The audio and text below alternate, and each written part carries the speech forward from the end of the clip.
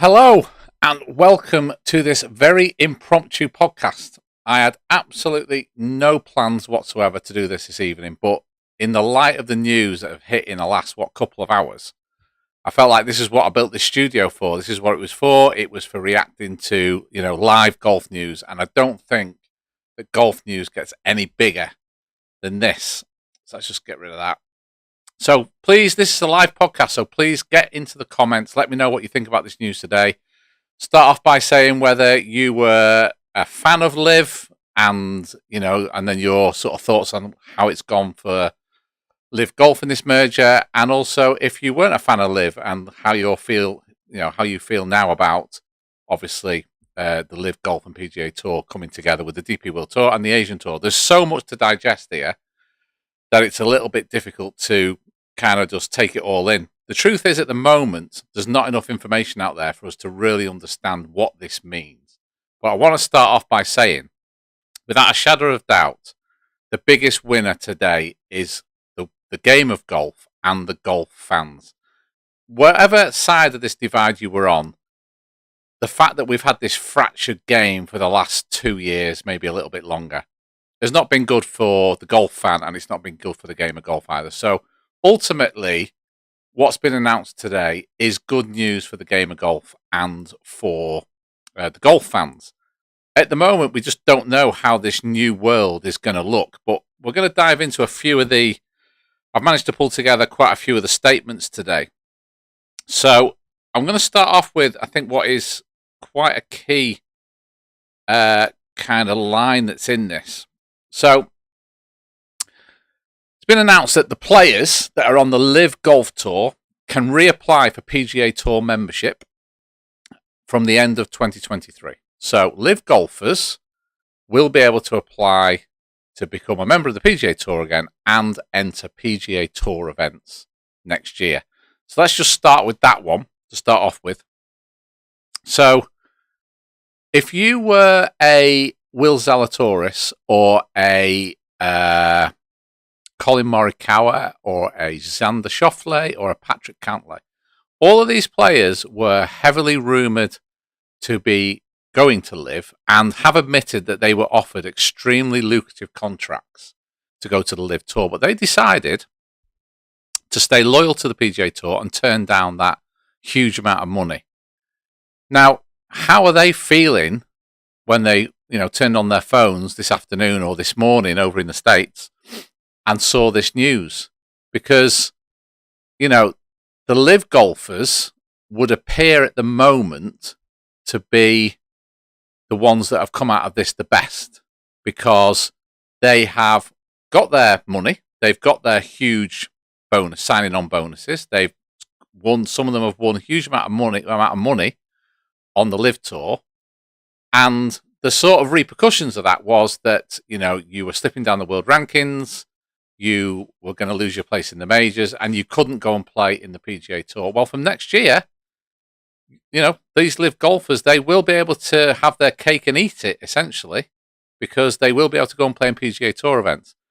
What we don't know at the moment is, and I guess it's going to be the case because it's the only fair way to do it, is there going to be the possibility for some of the PGA Tour players to go and play in the Liv golf events and give them a chance at this big, prize money purse that they've all been playing for. We know, for instance, the first thing that came to mind to me was Sergio Garcia and Jon Rahm are obviously massive pals. Jon Rahm's also massive pals with Phil Mickelson as well. He's never hidden that fact. He's kept his head above the water. He's never really got involved in all the sort of tit for tat, arguing on both sides. So, is there going to be the opportunity for Jon Rahm to go and play a Liv event for the Fireballs with Sergio Garcia, or come in and play as a guest appearance with the High Flyers and play with Phil Mickelson on his team? You would have to think that there is going to be the opportunity for the PGA Tour players to go the other way and play in the Liv events. Now, I'm saying this as if I know that these events are still going to be separate. We don't actually know, but there is a key line here that says in the statement that separate event oversight creates cohesive schedules. So that would suggest to me that we are still going to have PGA Tour events, we're still going to have live events, and we're going to have DP World Tour events. And they're going to be put into a schedule where they are not conflicting with each other whatsoever. So the key thing here is going to be how many events do you have to play on each tour to keep your place on a tour, or is that going to be completely done away with? Are the players now going to be exactly how Greg Norman said? Are they going to be complete and utter free agents, and they'll be able to just pick and play on whichever events they want to build up the right way for the majors and try and maximize their earnings as much as possible? And that can be as many PGA Tour events or as many live events or a combination of the two that you want to play, and DP World Tour events, because like the BMW Championship at Wentworth, for example, is a huge event. The Scottish Open is a massive event. The Irish Open is a big event. So, all these things we're waiting to see, but certainly that line there that says separate event oversight, create cohesive schedules. So that would suggest to me that we're not going to get hybrid events. It's not going to be called the PGA Live Tour. You're still going to have the PGA Tour, you're still going to have the DP World Tour, and you're going to have the Live Tour, but they're all under the same umbrella, all owned by the same company, which is now going to be a profit-making company. And you're going to have a board of directors from the DP World Tour, the PGA Tour, and the Live Tour, which is essentially going to be someone from the PIF Saudi Arabia Public Investment Fund. So I think that's the thing we're all waiting to find out, isn't it? How many PGA Tour events are there going to be? What does this mean? If you're gonna put Live Tour events into the schedule now, and they're not going to conflict, well, that means you're going to have less PGA Tour events. Otherwise, there's not going to be enough weeks in the year.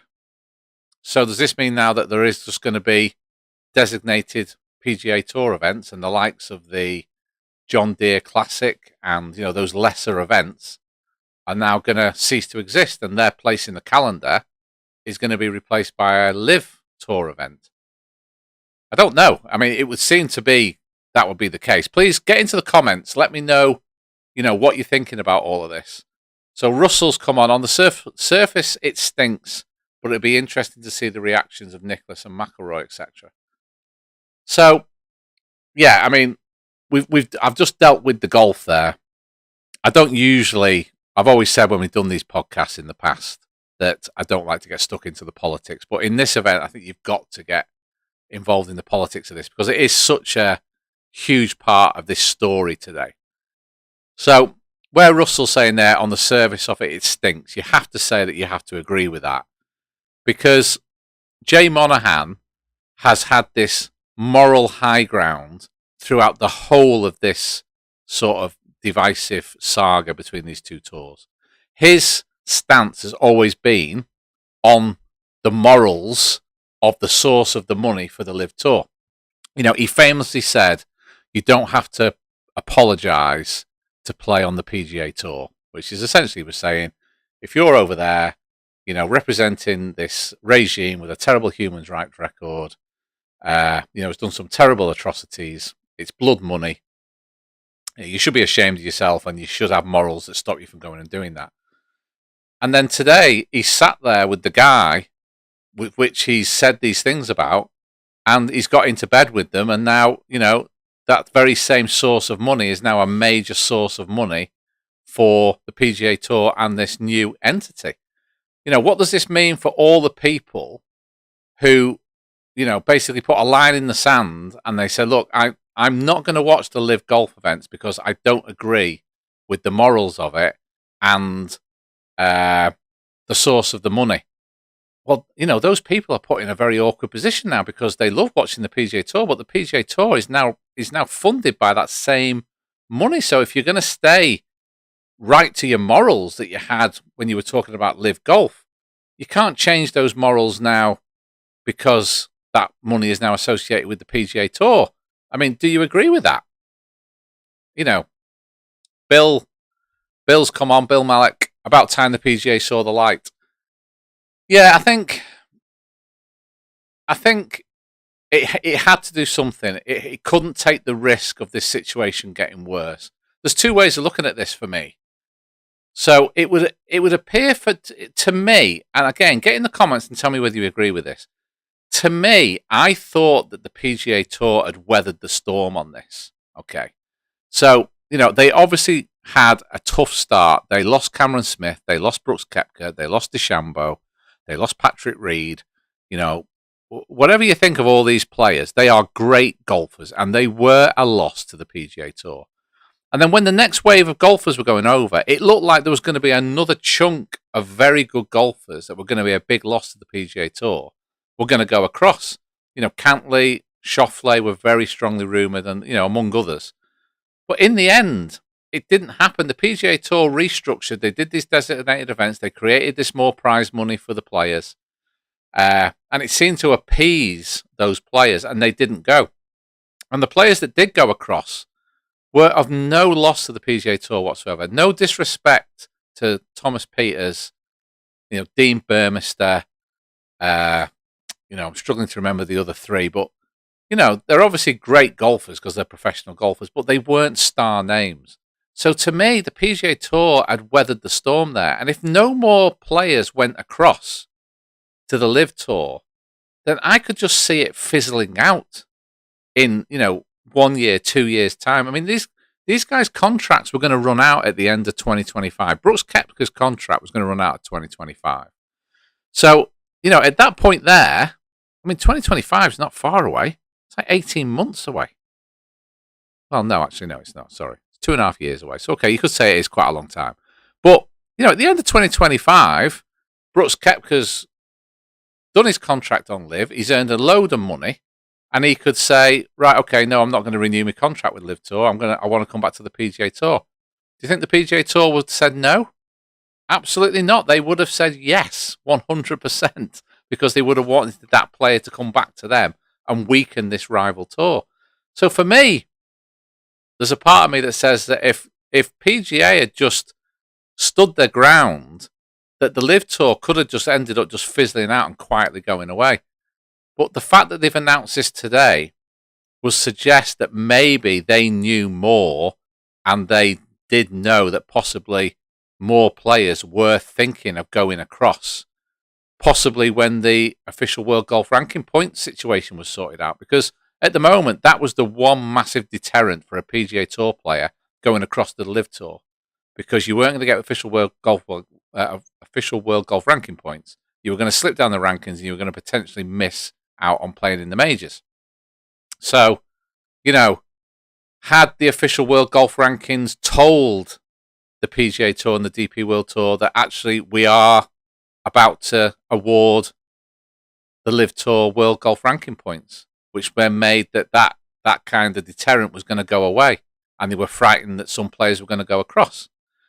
There's got to be a reason why they've made this move, and it's got to be that they obviously saw it as a very, very big threat to their future, and they wanted to just make sure that they were preserving their tour and their membership.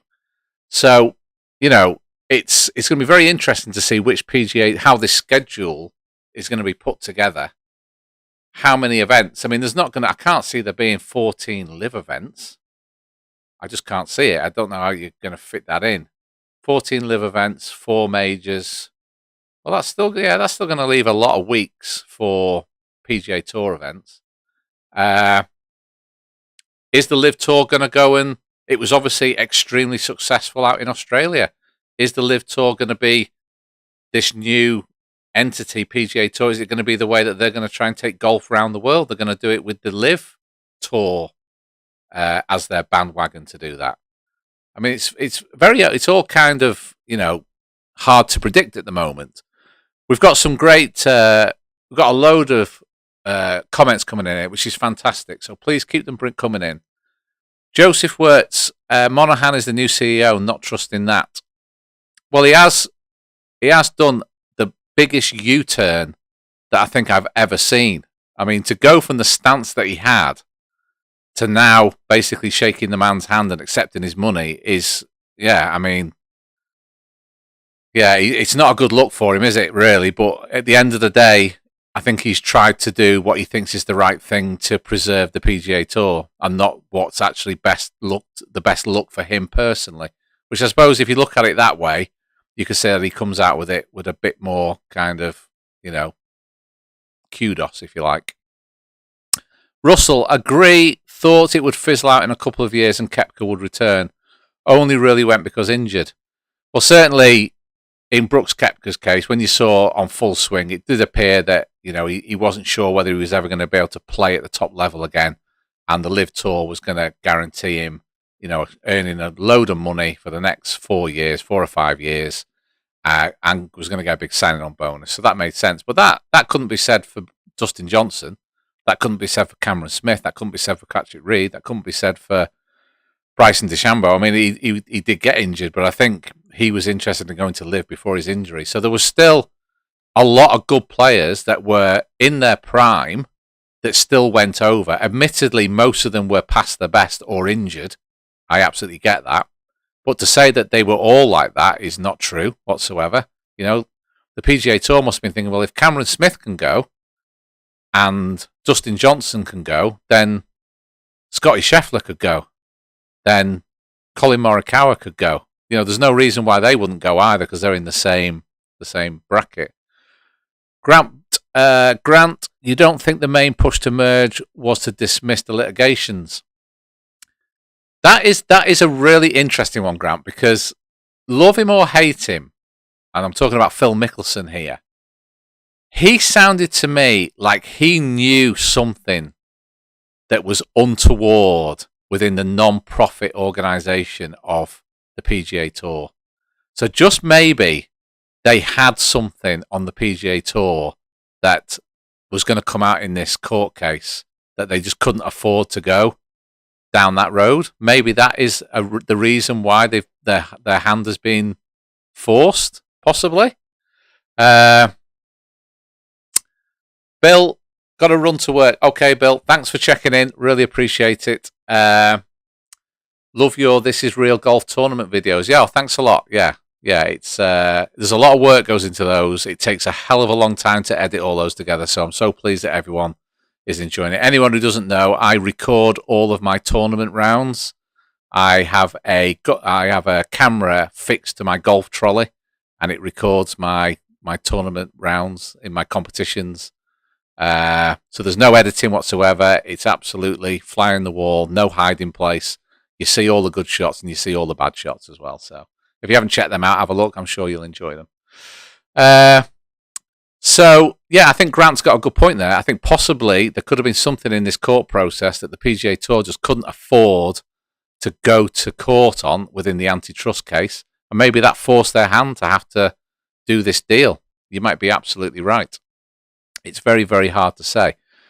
The other one to talk about here is the people who have put an absolute, ethical line in the sand about not having anything to do with live golf whatsoever. So there's obviously a lot of golf fans out there that said this, and they've now got a decision to make as to whether they're going to embrace this new tour because it is backed by the same money that the live tour was.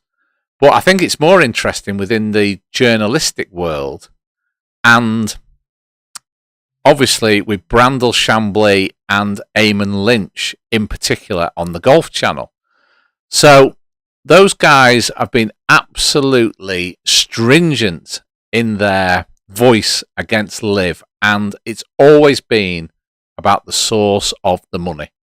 They have always, Chambly in particular, in almost every broadcast, has referred to them as a murderous regime, blood money, narcissistic. I mean, he has just not pulled any punches. He has tried to always bring that to the front all the time, because obviously in the very beginning the press conferences were absolutely full of questions about the source of the money and the morals of it. But then, as time went by, those questions completely stopped because they'd all been answered. Whether you agree that they've been answered well or not, that's certainly up in the air. But those you can only ask those questions for so long, so they'd stop. But Brandel and Eamon Lynch were determined to try and keep that in the media, in the public eye, and that's absolutely his right and his opinion. And I completely and utterly I completely and utterly get that. But he is now in an absolutely, for what I can see, he is in an untenable position. How can he continue to work for the Golf Channel and report on golf? Because once this new entity is put together, it is going to be the only golf tour or golf organisation in the world, because you've got the Asian Tour, the Live Tour, the DP World Tour, and the PGA Tour are all going to be under this one umbrella. And they're all going to be funded or partly funded by the Saudi Arabia Public Investment Fund. So I just don't see how he can continue in that position. Again, please get in the comments and let me know whether you think that Brandel will continue to be an analyst on the Golf Channel or report. It's not just the Golf Channel. He can't go to any channel because he's put this line in the sand. I think that he will put out a statement saying that he, has unfortunately, due to recent events or due to recent unforeseen events, I, cannot continue in my position with the Golf Channel, because of my reasons against the source of the money that's now done a deal with the PGA Tour. I think he's going to do something like that. I don't think we'll see him in front of a camera again, or he might do one last swan song in front of the camera to do the statement himself and then exit stage left. I just can't see how he can continue in his job. And there's other people as well. There's Jamie Weir on Sky Sports. He's been very... he's not been... I don't think he's not been quite as stringent in front of the camera as Chambly and Lynch have been. But certainly on social media, he's been very anti-live and very pro PGA Tour. So, he also all of a sudden is in a bit of an awkward position. It's going to be like Russell said here on the comments. On the surface, it thinks it'll be interesting to see the reactions of Nicklaus and McIlroy. I think McIlroy, in particular, I think with Rory, whether he wanted to or not, he became the spokesman for the PGA Tour, and I think it put an incredible strain on him. And I think in the end, it did take its toll, for sure. And certainly in his last press conference, it wasn't his last one, but I think it was the first time he'd been back for a while, and he was asked some questions about live, and he just didn't even entertain them. He just said, "No, I'm not talking about that anymore," because I think he'd realised that actually this was just putting too much strain on him, and he just needed to concentrate on his golf. So whether he, wanted to become the front man for the PGA Tour against live, I don't know, but he did do, and he's been very, very strong in his voice against it. Now, his voice against it wasn't, I don't remember him actually saying anything about the source of the money. I think it was just more about the fact that the players went there and then they wanted to try and get back on the DP World Tour, and he didn't think that was right. And, you'd have to say that he's probably got a point when it comes to that. Well, he burnt his bridges with a lot of his good friends from the Ryder Cup in the past. The Ian Poulters, the Lee Westwoods, the Graham McDowells, the Martin Keimers. These were people that he shared some amazing times with on Ryder Cup teams. And then all of a sudden, he's saying in press conferences, I don't talk to those guys anymore. They shouldn't be allowed to play in the Ryder Cup team because of their actions and what they've done. Well, as of today, that litigation has gone. Those players that were banned from the DP World Tour, which meant that they couldn't play in the Ryder Cup, that has gone now. If Luke Donald wants to pick Sergio Garcia, Martin Keimer, Ian Poulter, Lee Westwood for the Ryder Cup in Rome, he can do it now. He can 100% do it, because all of that has gone. The litigation's gone. All of the being banned from a tour has gone. So, and Rory now has got to try and, on both sides, I think I've got to try and build those bridges again to see just how it's gonna work out. Russell, Chambly position does seem untenable. Absolutely. It's totally untenable. I just don't see under any circumstances how he can explain that he's going to continue in that position, because everything that he said has now come home to roost. Everything that he was against with the Live Tour is now involved and the same reasons involved in the PGA Tour, and I just don't see how he can continue. Well, Grant Bergeron, what do you do? What do you do if you're Rory in this situation going forward? You've been the spokesperson, stuck your neck out for the organisation, and this happens. I think the one thing that's in Rory's favour here is that he always voiced this opinion that he hated the fact that the golf world, the professional golf world, was fractured. He always said that was the thing that he hated the most. So he can come out and say that, this has been a terrible saga for professional golf. It's how could he put it? It wasn't something that I would do, but I think this situation now is good for the game of golf, and it's going to bring it all back together. I think that Rory can definitely sort of like save face by just thinking about what he's going to say in his next statement. So the RBC Canadian Open, they're all there at the moment having their practice rounds. There is going to be reporters all over that now. There's going to be so many more reporters there wanting to get quotes from the players. And Rory's obviously going to be a number one target. So he's got to really think, and I would imagine he would be wise to take some advice on what he should say and the tone of what he's going to say, because these guys, they're all back on the same team now. Whether he likes it or not, they are. It's like Max Homer put out a tweet, and I think this was a very, some people have put out some tweets. So, Brooks Koepka just trolled Chambly straight away. Within minutes of the announcement going out, he just tweeted out welfare check on Chambly. He's just trolled him straight away. Phil Mickelson, again, he's stirring the pot a little bit by saying today is an awesome day with a big smiley face. Colin Morikawa tweeted out that obviously he wasn't very happy that he found this news out on Twitter. I'm guessing that he hadn't opened up his emails yet to see the letter from the PGA Tour and Jay Monahan. But Max Homer, he put out a tweet saying, he said something like, now we're all on the same side. Can we have a discussion about these team names? Just lighten it up a little bit. That's the correct way to go about it, in my opinion. And another thing that's been said today is, and it was clearly said in the statement, that the team concept is going to continue. But what we don't know is the team concept just going to continue in the live golf events? Or is there going to be some kind of team concept brought into the PGA Tour events? So, I don't know. I've got no idea. It would seem to be a little bit more difficult to bring them into the PGA Tour events.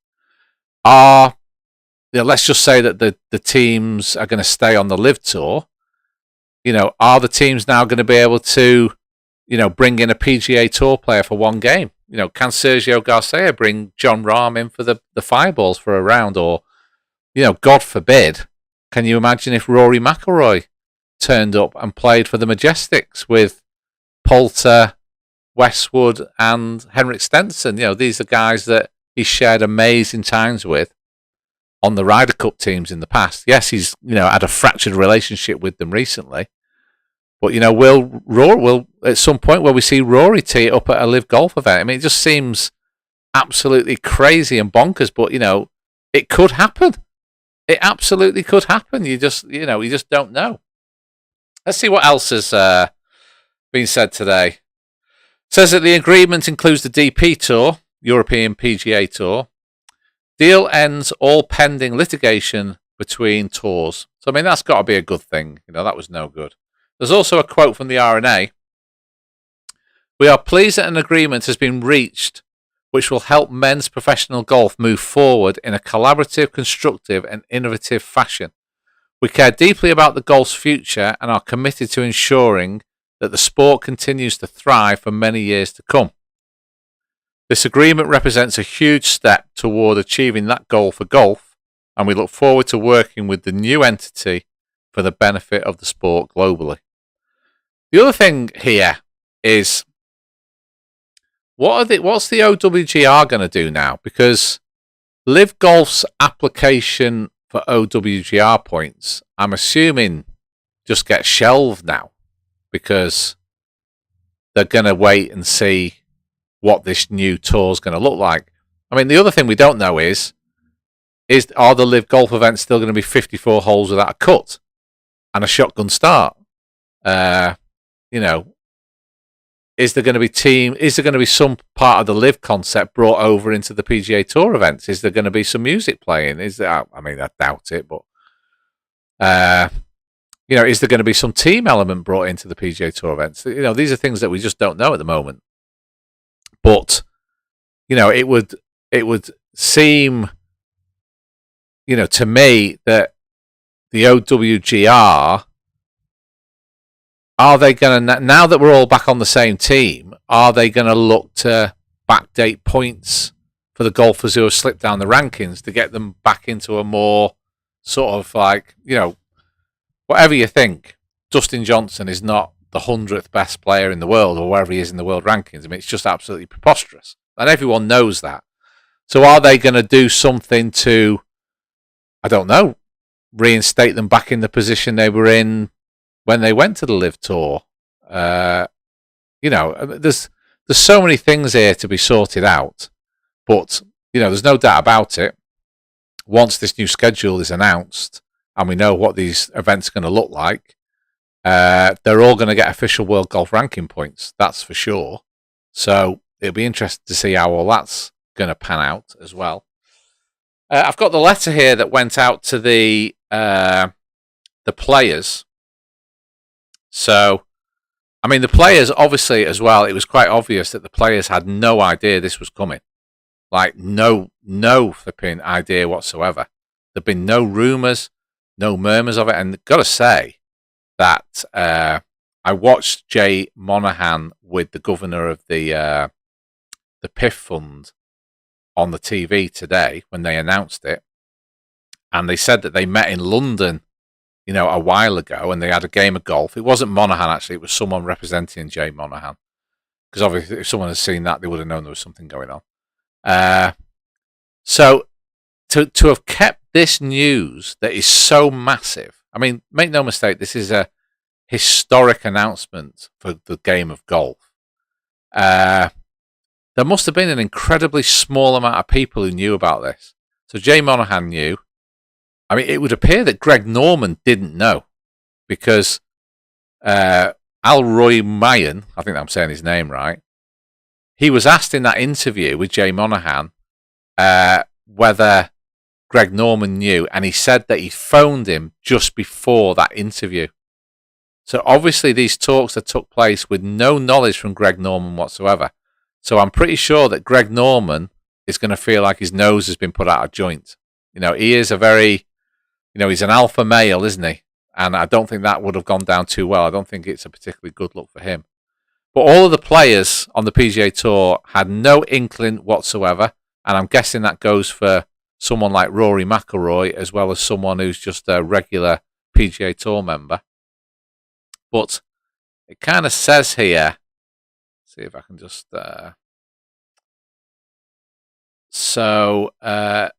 Notably, today's announcement brings about an end to all pending litigation between the participant entities and prohibits any further recruitment of PGA Tour. All the DP World Tour players can go back. Let's see what else we've got here. PIF will make a financial investment to become a premier corporate sponsor of the PGA Tour